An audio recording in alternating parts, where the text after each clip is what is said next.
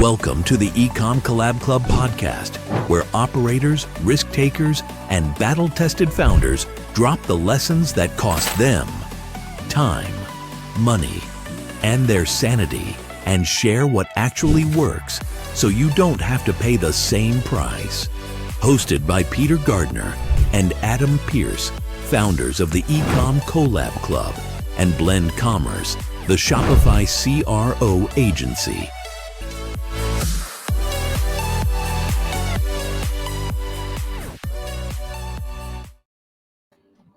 Hey, how's it going, guys? All right, guys. So let's face it, AI is getting a ton of hype at the moment. But what's actually really useful and really living up to the hype? Today, we've got Danny Bull, co-founder of Düng Snacks, joining Rich and me. Danny uses AI to reach new customers and move products without wasting hours. You will hear the plays that drive sales, the tools worth paying for, and what to block out as it's just noise. Rich, Danny, welcome to the show, guys. How's it going? Thank you. It's a pleasure to be here. Good morning. It's glad we all got the black t-shirt memo. Yeah. As I said, mine's a little bit grey. It's okay, like my beard. I didn't get the cap memo, though. We need to get you an Uncle Matt's hat, obviously. Yeah. Cool. Well, Danny, thanks so much for joining us today. Really do appreciate it. And, for those that haven't met you yet and haven't stalked you, how's it going? And, what's a bit of the backstory there? Well, that's a big question. It's going. It's always going. It's going well in some respects, and then challenges in others. I entered the e-commerce world as a brand owner a couple of years ago, but I actually cut my teeth in e-commerce a long, long time ago. I'm not going to tell you how long because that will show my age, but I'll tell you a story that shows how long ago it was. So I did my degree in business and marketing. I did a placement year at an e-commerce company that were building software. I'm not even sure I should tell you this. And they were building software that you basically, in order to buy from the system, you had to install the software on a DVD or a CD. They were shifting over to DVDs as I joined. And you downloaded the updates off the internet, but it was basically a software that people had to install in order to buy from them. And this company had big clients. They had people like Case Catalog. They had Littlewoods. They had a bunch of those physical catalogs that we used to get in the post that were massive, huge. Obviously, e-commerce online wasn't a thing back then. And so I joined that, did a placement year for them, and then I got offered a job. And I had everything. I had company car, I had decent salary. We had an office in Covent Garden in London, overlooking the piazza. And this is me, 21 years old, out of uni. And I'd had it made. I was like, this is it. I've arrived. 3 months later, got made redundant. The company went bust, lost my girlfriend. And I'm like, this is pretty shit. Well, how did this happen? And it was basically around the time where the internet was still unsure. I've still got newspaper clippings of people saying the internet's going to be a fad. It's not going to work. And again, I'm really showing my age here. And I did my dissertation during that placement year because of this company I did the placement year for. I did it on whether or not it was going to go e-commerce online or it was going to stay like in bespoke, closed systems. And even me as a 19, 20, 21-year-old student came out of that thinking it was going to go internet-based. Like we were going to be purchasing online, but it wasn't. There was nothing to say that was going to happen. It was, people putting their money in bets in different places. And this guy who started the company that I worked for, he's really successful data e-commerce guy before that. And he just put all of their investment into installable e-commerce because that's the way he thought it was going to go. Those were the signals back then. He lived a couple of houses down from Richard Branson at the time in Cheshire.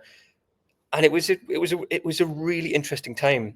So I cut my teeth back then. And like I say, it went the internet. And I fell in love with the tech. I fell in love with the idea that you could put something out there relatively easily, and it was quick, and it was quite creative actually. I think at my heart, I'm a creative, but I certainly cut my teeth in the tech side of e-commerce. So it was just super interesting. And ever since then, I've had a fascination with technology and what it can do to drive something. I'm interested in this conversation for a number of reasons, but for me, it's really about how creative can you be with a business? How creative can you be with technology? How creative can you be with with AI? And I know we're going to touch on that. I'm going to talk about that in great detail. But yeah, the technology side fascinated me, and ever since then, my experience and my joy and my love of it hasn't waned in any way. It's just shifted. And again, I mean, I remember going back as a child, just being really intrigued by the ability to create something like from nothing. I think this idea of creating something from nothing for me is a big one. And that stayed with me my whole life. And I think we're at the intersection of something now that's so special, so meaningful, and the potential is so huge that it's easy to miss. I think it's easy to miss in the hullabaloo of what AI is going to do, what it's going to change, and all of that. So that was my start in life, start in a career in e-commerce, and over the last couple of years, that shifted to owning my own brand. So that in itself has been an experience. Obviously, in between that, there's been a big chunk of work that I've been doing, and I've seen the rise of the internet. I've seen the rise of branding, which I think is crucial to what we're all doing here. I've seen many things, technologies and people and brands and businesses come and go. I feel very lucky for having been a part of that journey. And now it's a case of I've sort of taken everything that's happened to me over the last 20 years or so and started to create a brand that I really love. So, in answer to the question of how did I get started in the e-commerce side of things, again, it's been a real journey for me. I know a lot of founders move into e-commerce, and in particular owning their own food and drink brands because of a love of food and drink. And I didn't have that. That wasn't my experience. My experience has been, although I love food and drink, my experience has been wanting to get into it because of that sort of culmination of lots of different experiences in my career. And I had a very specific experience a couple of years ago that really shifted me towards owning my own brand. So I ran my own agency for 12 years. I sold that at the end of 2018. And by the way, I don't recommend doing any of these things together. At the same time, I was going through a divorce, which meant we were selling our family home. So I was selling a business, I was getting divorced, I was selling my family home, and it was a really difficult time. It was probably the single most difficult time I've ever experienced in my life. And I wouldn't recommend anyone do it if you're ever thinking about it. And it was a massive eye opener because my personal experience, I either had people wanting to give me less money, so people wanting to give us less money for the business, or take more money from me. So my ex, hope she's not watching, wanting to take more of the money that I'd made from the business, and it just soured my relationship with money a bit. And I don't come from money at all. I come from a very rough background up in Newcastle, and my experience is far from having money. It was the opposite. Sometimes we didn't have food on the table. It was that, it was that difficult and that challenging. So I remember acutely what it's like not to have money. And that's stayed with me for a very long time. So again, moving into the e-commerce world, for me personally, my journey has been, this is all come together. All the experiences I've had from, being in e-commerce for a while, selling businesses, being in tech, being in branding, my experience as a child, weirdly, has all come together in Düng. So I started Düng as a result of going through some of those challenges where I was so tired of money and so tired of talking about it. And I just stopped caring about money, I think is the honest answer. And I just wanted to do something that sort of filled my heart with joy, as opposed to focusing on just making money. And essentially Düng is that. bringing together so many different facets that I'd love to sort of dive into today. But again, that idea of my upbringing, what can we do as a brand and business? And I feel like we have an obligation as a brand and businesses to do some good. So how does that weave its way into what I'm doing? The technology side of things, the e-commerce side of things, and a lot of the stuff we do as a brand is based around not only putting something out there that's a brilliant product and people want to buy, but how do we get that in front of people? So we do a lot of behavioral science thinking. We look at data, but it's through a lens of how do we make everything better for the end customer? How do we, as a brand and as a business, eke more out of what we're getting from our marketing, what we're getting from people coming to the site? So, conversion rate optimization, customer experience is hugely important for us. Behavioral science, like I say, there's an incredible amount can be done there, and we're still learning. And I think the industry is still learning, and I'd love to delve into some of that in a bigger way. And equally, my own experiences growing up as a child, we, like I say, we didn't have much, and I've sort of weaved some of that into Düng as well. So we have a mission. Some people call it a purpose. Simon Sinek would call it a why. Our purpose, our mission is to help end child hunger by feeding 1 million kids a year. And we've started that with a really great charity called Action Against Hunger. So we're giving a portion of our profits away, and we are looking to see how we can expand that as well. So we've created a foundation called Kids Without Worry, we're bringing on other brands to basically give a very small portion of their profits to charities that help feed kids, help water kids, help educate people. So that was a very long-winded way of saying I have a brand that is of a smorgasbord of different things, and it's wonderful, and it's challenging, and it's difficult, and I hate it sometimes, and I love it at other times. So that's wow. That's I mean, yeah, that's a hell of a first answer to a first question. And some big stuff in there. I think in true Ecom Collab Club, though, I'm going to go in with the big question: why call it Düng? I should have guessed that was going to be the first question. It's a really long story, that one, but I'm going to try and make it shorter than my last answer. So the original idea for the product was actually a mushroom product. So I had an idea of doing a mushroom jerky. It was twofold, that one. I was really getting to grips with the sort of impact we're having on the planet as humans, and I was doing a lot of thinking and research around that. And I remember there was a really well-renowned scientist, and I think he still says the same thing: the only way we're going to have an impact on the planet is if we stop eating so much meat, and we stop having so many kids. I've already had my kids, so I can't impact there. I can stop having kids, which has definitely happened. But in terms of the idea of reducing our reliance on meat, because I read the other day something like there's only 5% of animals left on the planet that have been just naturally born, and that just terrified me. So, if I remember it correctly, 95% of the animals on the planet are raised and created because we need them in some way. We're using them in some way, and that is a really awful thing to think. So a few years ago when I started looking at this, like I say, the scientist that I was listening to at the time said those two things, and we've got to reduce our reliance on meat. So I thought, meat alternative jerky, like mushroom jerky, would be quite a good idea. Started to do a bit of research into that, and the market wasn't quite big enough, but we sort of stuck with this idea of snacking.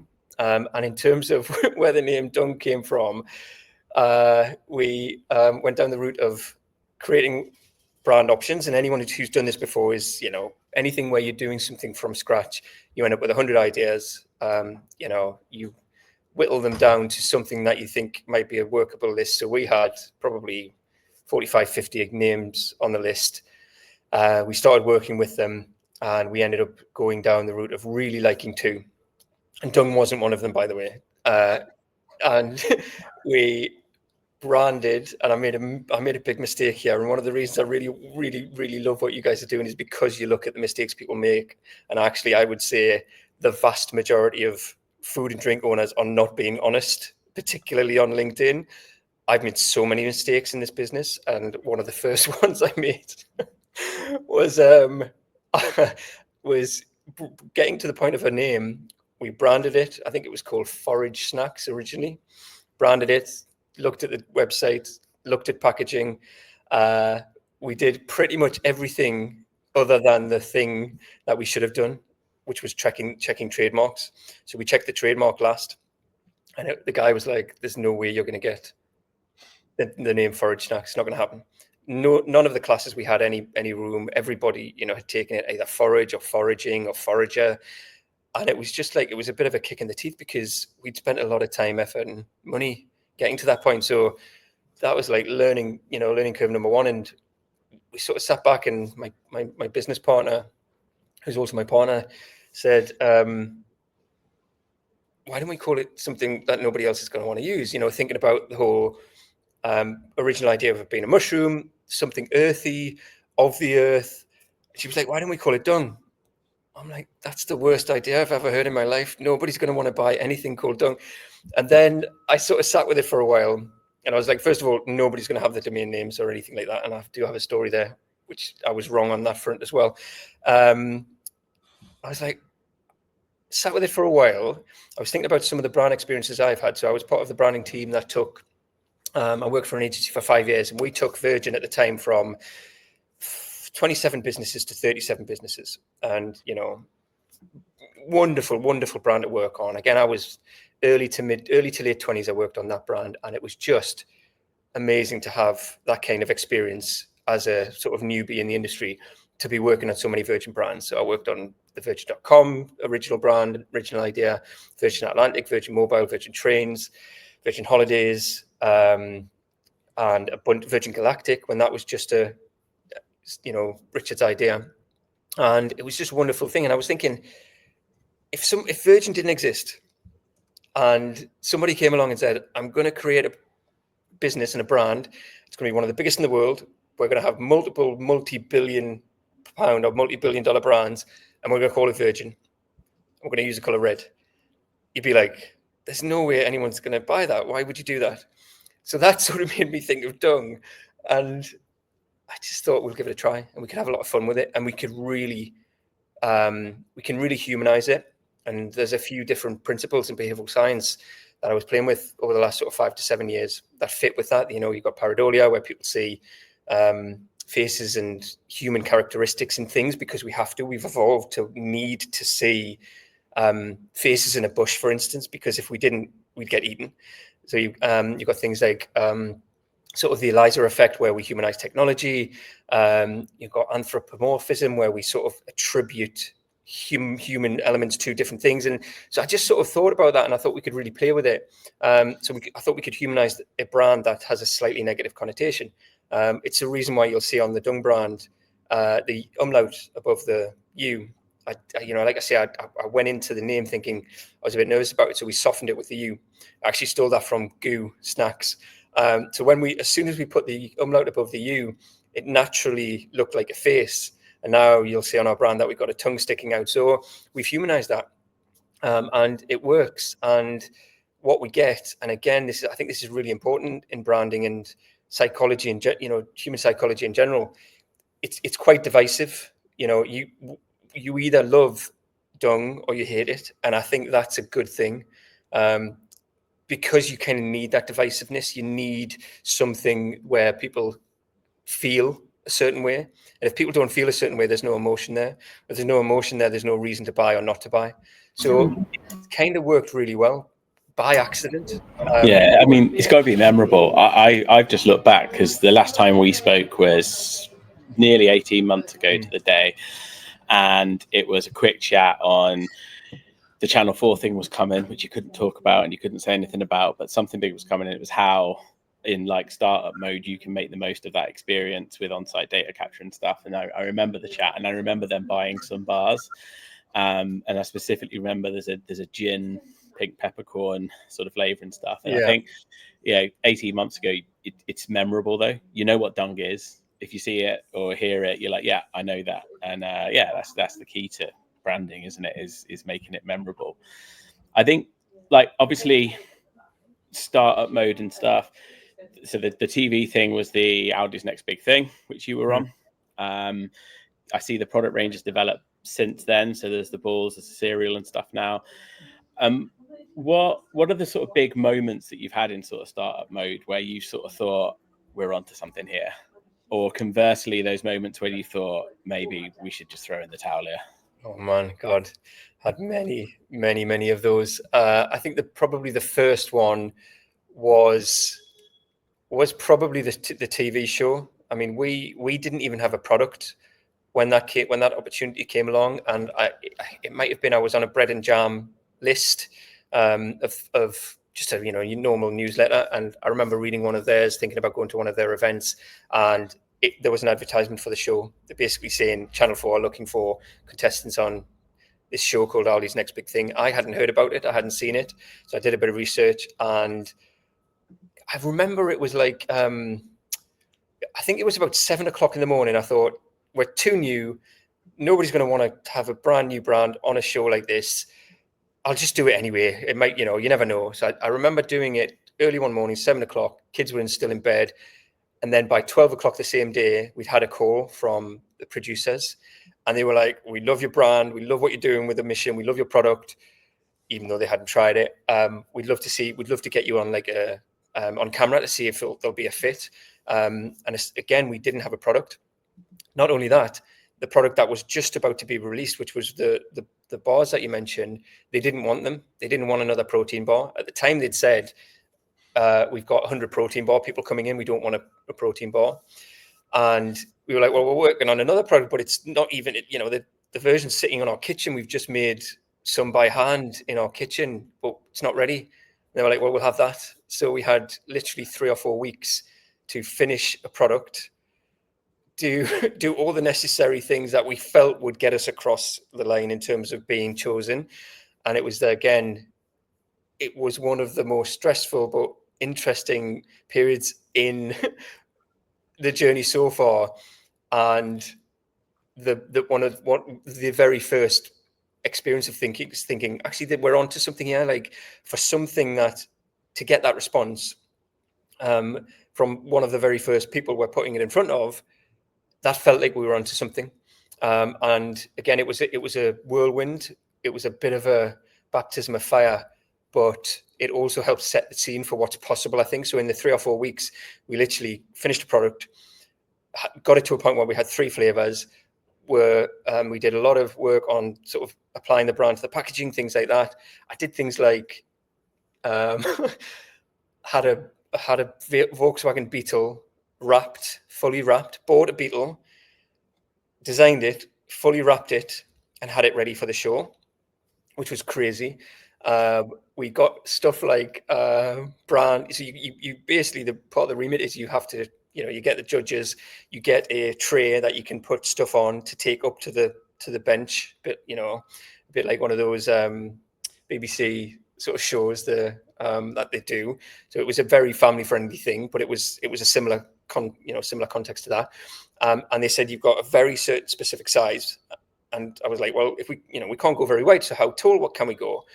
And you can go 45, 50 centimeters. So I just had the tallest thing made that I could possibly think of, which was a massive, 2 things. It was a massive bag of dung balls, and it was a characterization of our UE character. And again, we only had 3 or 4 weeks. So I went out to a few agencies and places in London, and they were like, yeah, we can do that. It's going to cost you $4,000 and it'll take 2 months. I'm like, we haven't got $4,000. We haven't got 2 months. What can you do? Like, nothing we can do. Nobody in England could do anything. So someone recommended a place in Dubai, and these guys did it for like 400, 500 quid, and then another 300 quid for the delivery. And it was 2 of the best things I've ever had made for the brand. They handcrafted a wooden, completely wood, oak sort of model of our bag of balls, and they did this really great print that they stuck on. I mean, we still got it. We still use it. It's a big bag of dung balls. And they created a model of our Yui with the tongue sticking out and hands and feet, and literally got shipped over to England in 3 or 4 weeks. So in answer to your question, that was the first experience of we could be onto something here.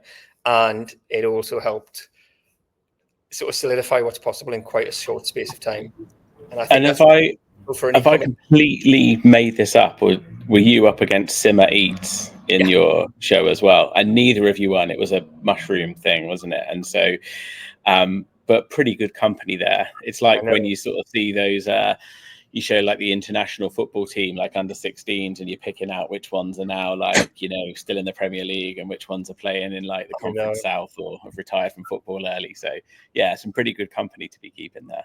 I know, and I really love those. I love their story as well, and you know the fact that it's a family business. Their mum, you know, their mum was there. It was quite a nice experience. They're on my Instagram feed every single day. I am obviously their target market, but yeah, their ad budgets must be insane because not a day goes by where I don't see them. They're doing really well, and I think, you know, since that has been a catalyst for them, because they were already a reasonable sized brand. I think they've been going for 6 years. And it sold over, I don't know if it was 1 million or 6 million meals, something like that. It sold over those years quite a decent amount of meals, but I think they've just gone stratospheric now, which is good because that's the kind of thing you want as an e-commerce brand, you know. And these shows and events and different things that you put yourself up for and you think not going to happen, I think people should just do it. You know, Perfect TED experience, the same thing with Dragon's Den. That has been, I think at the time I remember reading one of their posts, they were doing something like 9,000 a month, and now they're up to 20, 30 million, aren't they? It's like something ridiculous.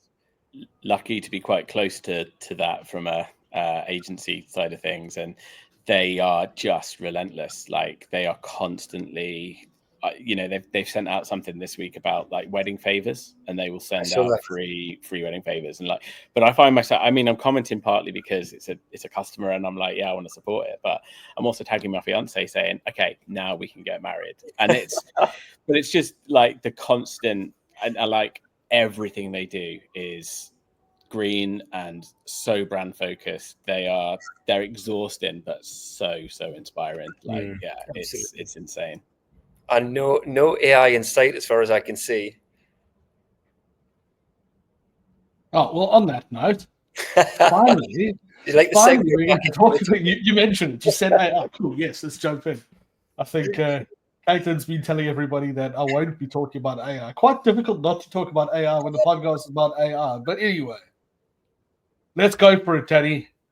Ecom Collab Club, you mentioned this earlier. We love to focus on fuck-ups. So let's start off the whole AI story here with you. What has been your sort of biggest learning curve, your biggest fuck-up to date with AI? And then what did you learn off the back of that?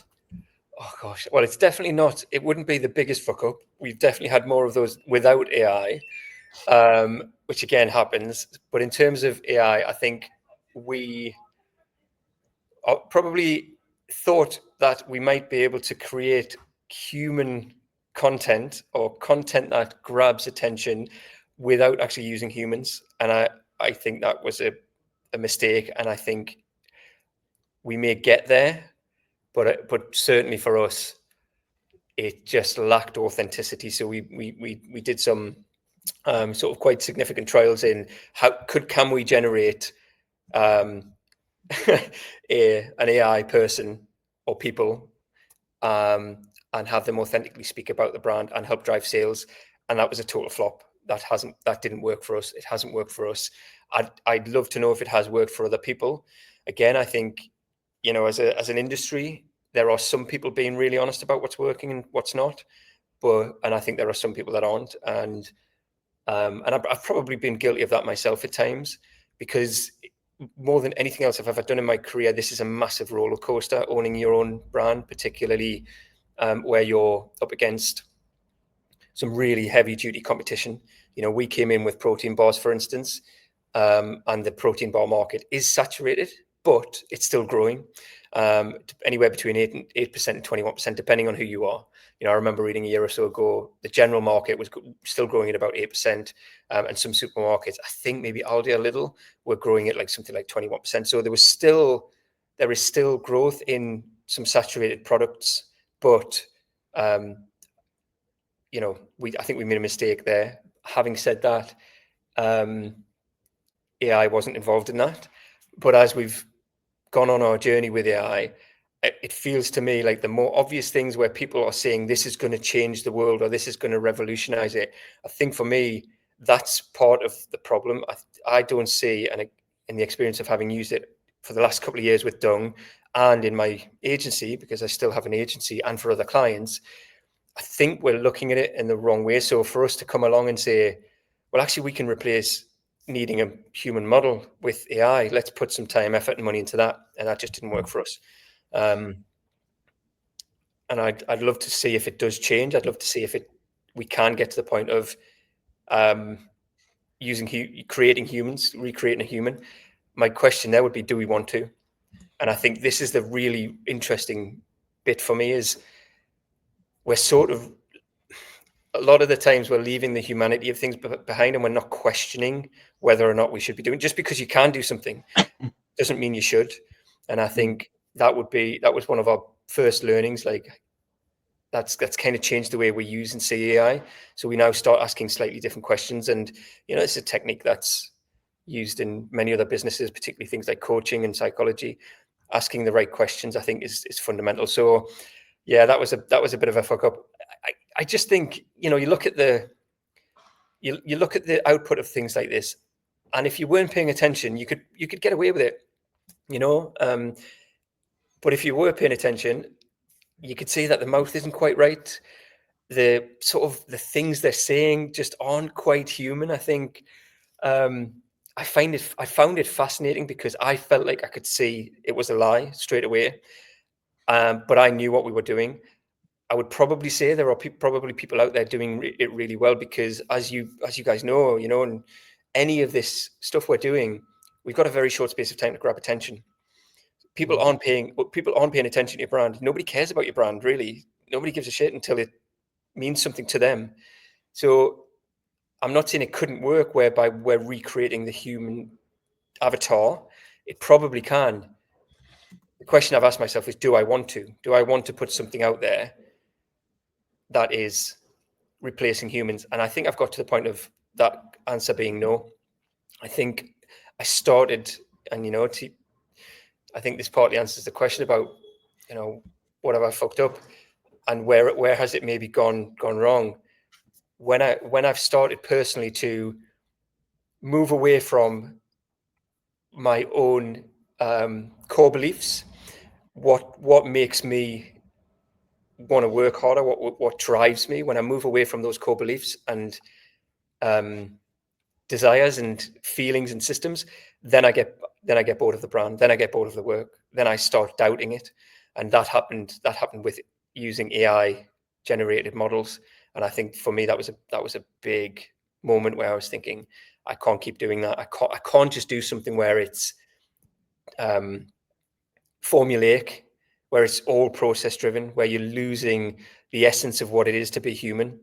And again, going back to what I said at the start of the conversation, creativity is a massive driver for me. So for me to be engaged in any of this stuff that I'm doing, I need to feel that it's a creative endeavor. And again, whenever that's not happening, I've actually got pretty depressed about it, to be honest. And I see some of the founders and talk to other founders, and that has happened to them as well. It can be a very, very lonely place. And I can feel that now. I can feel how lonely it can be at times. And I would sort of be very careful about going into something like this. Do you mean, sorry to interrupt you there on your thought process, but do you mean from a point of view that if you adopting AI fully and like with all these things that you're talking about, that you're going to become even more lonely because you're not going to have team members around you? Is that what you're referring to? A little bit. That could definitely apply, but it's more moving away from what drives me as a human. Whenever I move away from, again, core beliefs, just that I think we all have an innate knowing of what really drives our call it a soul, you call it purpose, whatever you want to call it. I think we all have an innate understanding of what drives us as individuals. And my experience of when I step away from that, that's when things change. That's when things shift in the negative direction. So I think the point I'm making is we do and can automate everything and processify everything, if that's a word. We can, use AI and technology to cut out as many humans as we want. We can, look at someone like Mark Zuckerberg and what he's saying about ads. We might never, we might get to the point of never needing to create an ad. We can do all of that stuff, and that may very well happen. But for me personally, I don't want to. I don't want to live in a world whereby I'm not being creative in some way.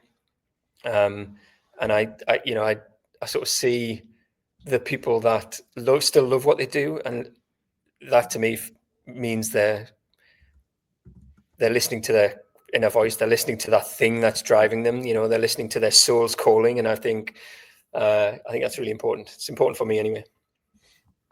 100%, man. I fully agree with you there. And I'm gonna just try and backtrack a little bit here in terms of what you were saying with a fully AI character or something.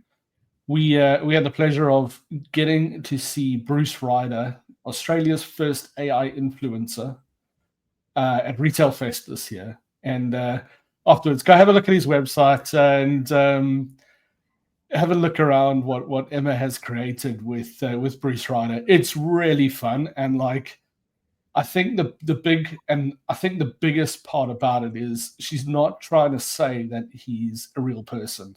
It's full on. This is AI. He's got a story. He's this film star that then has these ads and these stories and everything about it. He looks like Ron Burgundy crossed with Zoolander. Yeah, I think if I remember correctly, Emma's brief to the guy that was working with her to do this, she was like, "Look, the brief is he's got to look like the most Aussie guy from the 80s, and that's where we're going to do it, and he's going to be in the 80s still." So it's brilliant. Like I've seen some of I've connected with Emma on LinkedIn and just some of the posts she puts out and the different little snippets of Bruce, and ultimately he's this influencer. I think if I've got the story correct, she created Bruce for her brand because I think she was getting her husband to do the ads, and her husband was like, "I got a job, I can't do this all the time," so she created Bruce Ryder to do the ads and be like this influencer for her brand.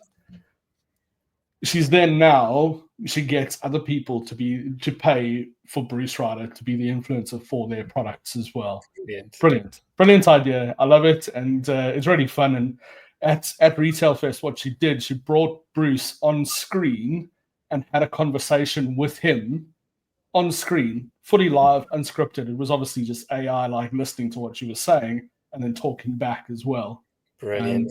But the typical thing with AI, they had a context window and eventually sort of ran out and was like, it's going to start to repeat itself and stuff. But the quicker AI, ChatGPT and those things get that context window going longer, it'll be killer.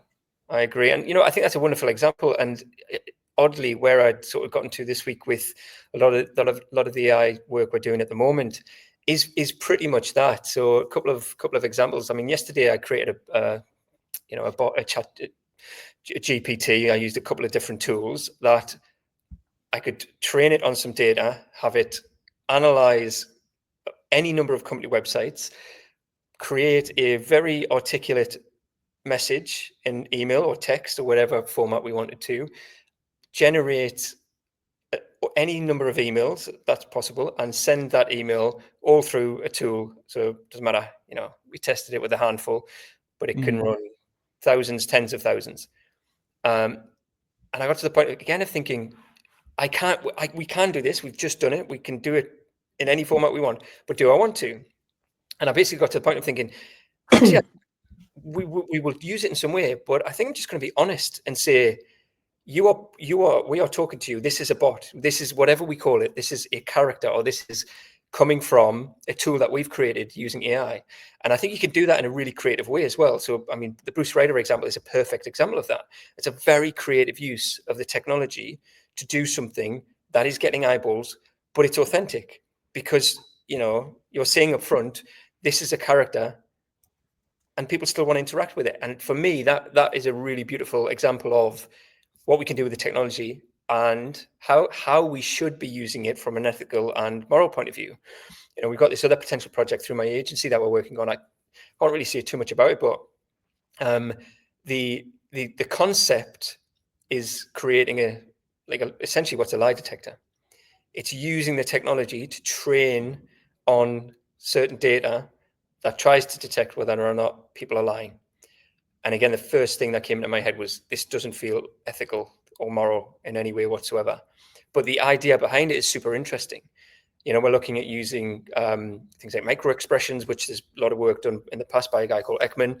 It's kind of since been a little bit disputed, but using people's physical facial reactions and, you know, where they look and how they look and poses and things like that. We're looking at using behavioral science techniques and NLP to ask a number of questions and get responses, and then to base this tool on those responses. So the idea is fascinating. The technology is fascinating. Technically, it can be done. There'll be a certain level of variance in terms of how successfully you can tell whether or not somebody's lying, but we can do it. Whether or not, again, we should do it, for me, is the really important question here. And again, I got to the point of thinking, yes, we can do it in a way, but let's be authentic with it. Let's be honest with it, and let's say what we're doing here. So I think that's a wonderful example. And again, I would urge people to ask various different questions about the technology and what you can do and what you should do as well. I'm going to dig into your specific AI toolbox in a moment. But first of all, we got a question I think is relevant to what you've just said from Carl. What's the one task that you think you will never, or any of us should ever, fully automate with AI? I mean, away from like maybe HR hearings. I wouldn't want to put Bruce Ryder in charge of my HR functions, but yeah, what's the one? Bruce has gone to jail, so you don't want Bruce. Yeah. Me too, though, to be fair. So yeah, what's the one thing that you think you will never fully automate with AI? Oh, that's a brilliant question. I think I know what I would not want to do. It makes me think of my partner's just implemented AI on her inbox, 4 inboxes, and she basically doesn't have to deal with emails. So it made me think of that, and I'm thinking, is that the best thing to do? But it's working for her. But again, I think for me, I would never, and I might live to see this, you know, disproven, but I don't think I would ever want to replace the creative process. I think we've gotten to the point, and I've gotten to the point in the work that I'm doing, that AI is an augmentation tool rather than a replacement. So anything whereby you use it to replace creativity and ingenuity, I think is a mistake, huge mistake. And again, we've tried it. And I'm sure it will get better. It will get better and better. It's already insanely powerful. So I would never want to use it to replace creativity. Definitely enhance and augment. And I think, you know, some of the really powerful things you can do is to essentially treat it like another, as we've, you know, many people have talked about this, treat it like another support tool, treat it like another human, treat it like a, you know, a professor of psychology, and help it, get it to, you know, increase the efficacy of your behavioral science, for instance, which is something we do quite a lot. Get it to just be critical about things, even creativity, get it to sort of maybe dial in on that. So yeah, I think for me, creativity, I wouldn't want it to replace that. Cool. Can I just jump in here? Sorry, Rich. Yeah. Gonna be rude. So I've been thinking of AI as and something that we've been rolling out with our team, and we want to integrate AI more with like the boring admin tasks, what we're doing. The way that I've been thinking is, and our sort of motto that we're putting on it is, it's human to the power of AI, not AI to the power of human. And I feel like there's all those boring, mundane tasks that you can get done by AI, but it's just being smart enough to actually come up with the systems and how to do it. But then that creativity, that needs to stay with you, and also that final sort of like understanding and final review and adding the human element, because it gives you ideas. It's almost like this idea engine that can just give you ideas, but you still have to go and take that off the back of that. And then I'm thinking, okay, cool. It's more of that like admin assistant that helps you with those things. But then it's also almost like an advisor. You know, you don't have to call up your lawyer anymore to go, hey, you know, I've got this one little question. You can just quickly go and ChatGPT and ask the question. I know it always comes with a caveat and says, oh, this isn't legal advice, I'm not a lawyer. But it pinpoints you to the information where you can go find, and you can just do that research yourself. And, you know, that's how I'm looking at it. It's sort of like your assistants to help you, but then it's also your advisors to help you, just guide you in a better way. Would you say you're looking at it the same way? Absolutely. I couldn't agree more, actually. And there's a really great podcast called Beyond the Prompt, and they get some really interesting people on. And one of their guests called it a sparring partner, and I think that's a really beautiful way of articulating what it is and what it can be. And I've got to the point myself of, it's a weird thing. I don't know if I think a lot of other people might do this, but I like to say thank you and please, and I'm polite. And I don't know if it's just the way I use it, but someone did a brilliant skit. I think someone created a video where they basically said, in the future, when AI rules the world, the people who said please and thank you are going to be the ones that are treated more kindly. So we're like, I really like that. But for me, I think there's really two important points there. Yes, that's how I see it as a sparring partner, and I think that's a really brilliant way of putting it. And equally, part of the creativity that I'm talking about can be to put that into the processes that you're talking about. So let's say you use AI to replace a lot of those mundane HR tasks, or finance would be another good one. But HR in particular, there's no harm in creating a system that is human. There's no harm in creating a system that gives people something a little bit extra. And what I've experienced so far is people will create a system that just does what does the process it's meant to do. Why not create a system that behaves like someone in your team, and it throws in, interjections, and it throws in jokes, it makes mistakes, it purposefully makes mistakes. If you're doing that on a day-to-day basis and people are interacting with it, it's an extension of your brand. Then it's not just AI to replace a process. It can become an extension of your brand. And that to me is a great example as well of building creativity into a really technical process. I think a lot of people see creativity as just visual or just brand related and things like that. And I think because I've come from a technical background, I think creativity can be in anything. It doesn't just have to be a visual thing. You can have a process that's very technical, very boring, but you inject creativity into it. I'm with you on the please and thank yous. Like, I've seen iRobot, and Will Smith was really, really rude to those guys, and they really went for him. Whereas everybody else, they were a bit more gentle with them. And the guy in Ex Machina got stabbed, so that's a good. Yeah, the clues are there. Do you know what I mean? I'm also big on, like, a disclaimer. So I absolutely will record lots of my meetings, transcribe, throw them into ChatGPT and ask it to help me generate my follow-up email, because I'm a big believer in a follow-up email, and they just work. They don't get done, or they get done in like bad time if I don't do that. But I do put a disclaimer in to sort of say, look, I've used the GPT and the transcript to just help me speed this up. If it sounds a little bit tinny, apologies, because I think that's big. I think I love people leveraging it and using it. I just don't like when they're trying to pass it off as their own. It's a little bit like the influencer backlash, and now you see ad quite clearly. I'm more in tune to, it might be a legitimate UGC post on social media that I'm seeing, but I smell a rat, and so if they haven't put ad in, I'm like, nah, that's not real. So and you know what? It's for me in particular. I'm from Newcastle. I've been away a long time, so my accent is still quite strong. I don't use colloquialisms and slang very much anymore, of which there's a lot in the Geordie language. I call it a language. But I'm happy that we've got to the point of having technology that can actually understand me.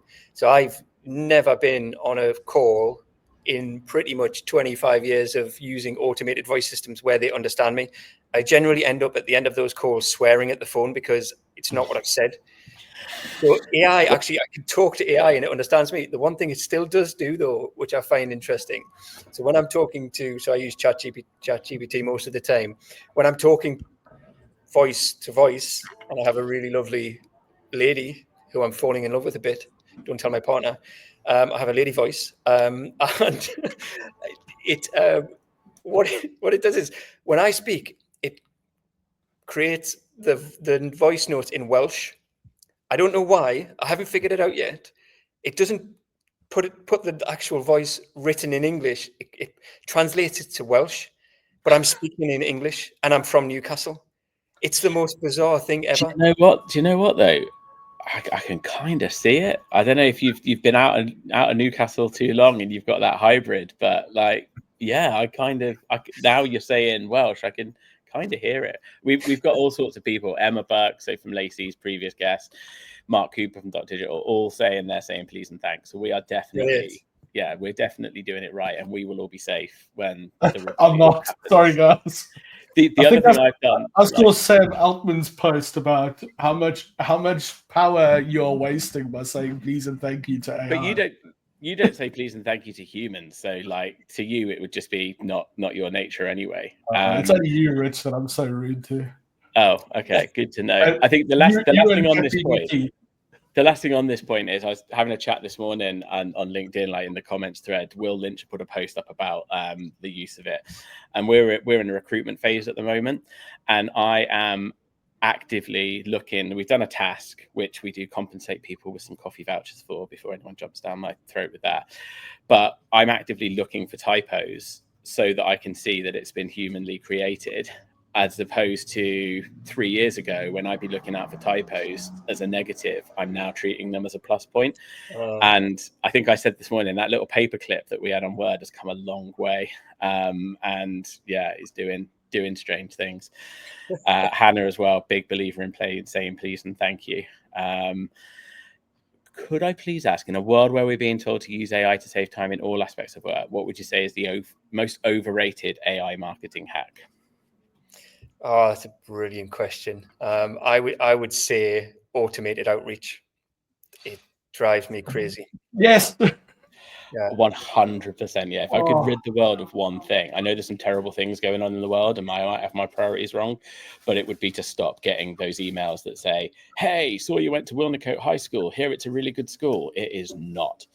Or saw the wonderful work that you did with Whitlock Skincare, because they scraped a case study. It is so frustrating. And you know what? It's actually really hard to make genuine emails not sound like outreach now.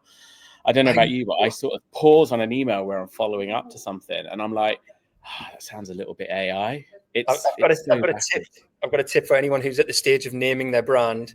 Put a special character in there. So with the umlaut and the U, totally accidental, because we've got the umlaut above the U, everything that's automated doesn't translate that into an actual character that you can see. It's just garbage. So straight away, I know it's just delete every time. That's the old but again, LinkedIn profile, and it's an opportunity. I love this idea of seeing things as an opportunity where people are making mistakes. And again, there's an opportunity there to say, if you want to use AI, but do it in a way whereby it's in, look, this is AI. Create character from it, be honest about it, and inject some creativity and fun into it. Because I do believe you can grab attention with using technology. It's possible. It's just how we're doing it. And again, I hope we're not heading down that route of, well, maybe this is just, I think I might be answering my own question here. Are we heading down the route whereby the vast majority of people take the easy route and do it badly, and therefore there's going to be a handful of people doing it well and can really benefit from it? Well, interestingly, we've got this is a LinkedIn user, so this could be an AI for all that we know. I might be baiting it now into coming and telling me I'm wrong, but it just says LinkedIn user at THG, which could be the Hut Group, it could be anything. We use this for outreach to new brands, but once the prospect is engaged, we always revert to a human experience, which I think is, that is the way. It's bait, isn't it? We're sort of casting a net and then seeing what we sort of get back from it. Love it. The messages we send are carefully crafted around the person who's going to speak to them at the end of the process, but that everybody is carefully crafting the message based on the same snapshot of data that we have, which is normally the LinkedIn profile of the person. And so it's like the Groove Armada song. If everybody looked the same, we get tired of looking at each other. Absolutely. There's not a lot differentiating from email to email. And I suppose what you see is your outreach and you think this is great, but you don't see it in the context of all of the other outreach that's there. And LinkedIn user is real. So I am sorry, Mr. User, or if I can call you by your first name. Give us a name, LinkedIn user. Tell he's real. He used an exclamation mark. Definitely real. There we go. So, look, I just want to dig. We are drastically running out of time. We could have done probably a 3-hour marathon here.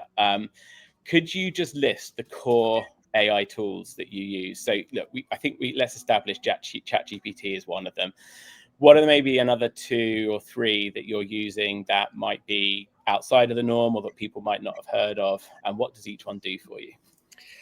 So yeah, the main one's definitely ChatGPT, and love the fact that the ability to create, your own GPTs in their system is getting better and better and better. The recent collaboration they've done with Zapier has really shifted how we're using AI tools. We played a lot with various AWS tools, which are very challenging to work with. So things like Bedrock, for instance, to actually build our own AI tools. With my tech background, that makes it slightly easier for me, but it's still a real challenge. So I think the more we get to the point of having some of these tools whereby you are able to, obviously they call it low code and no code, the more advanced those get, the more we're moving towards them. So yes, we've been building some of our own tools in some of the Amazon systems, which you can choose your own model and things like that. So we've been playing with building our own brain in those tools, specifically AWS, which is very, very time consuming. And we will probably move away from it because it's also very costly as well. So again, the principle being feeding it your data into a knowledge base and having the system act as a brain for you or a brain for your brand. That's one thing we've been doing a lot recently. And again, it's kind of naturally moving away from where you have to do your own coding in systems like AWS to fully fledged ChatGPT. So we're building, GPTs in chat that do things like pretty much most brands will have a set of brand guidelines if they're in operation, or you'll create a set of brand guidelines and a way of operating. So we're basically using brand guidelines and other tools and other documents in the company to act as the knowledge base, and then essentially saying, well, we want a tool that checks all of our human written content and gives it a brand score on, through the GPT, and stuff like that is working really, really well for us.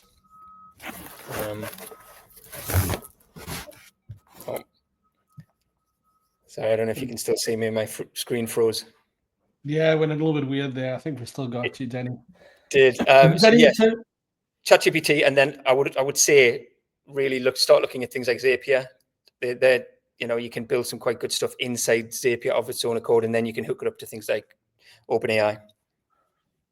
What has been the biggest sort of time-saving sort of integration that you've done with maybe your ChatGPT and Zapier? And what's one thing that you would say, look, guys, go and spend a bit of time on this thing, set it up, where they can find a little bit more information about how to do that?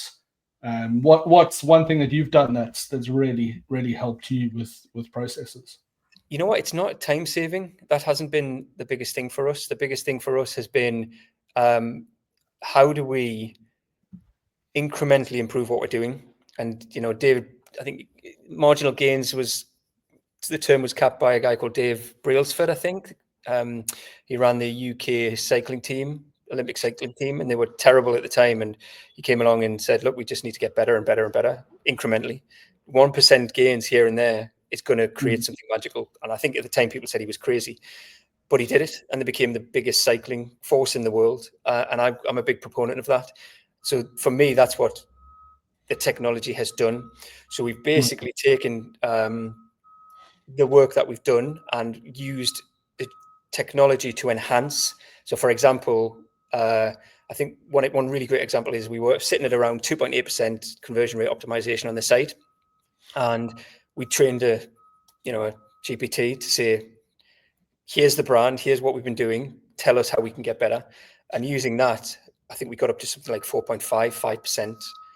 That's a really great example of using the technology, not necessarily for a time saving, but for those marginal gains I'm talking about. Yeah.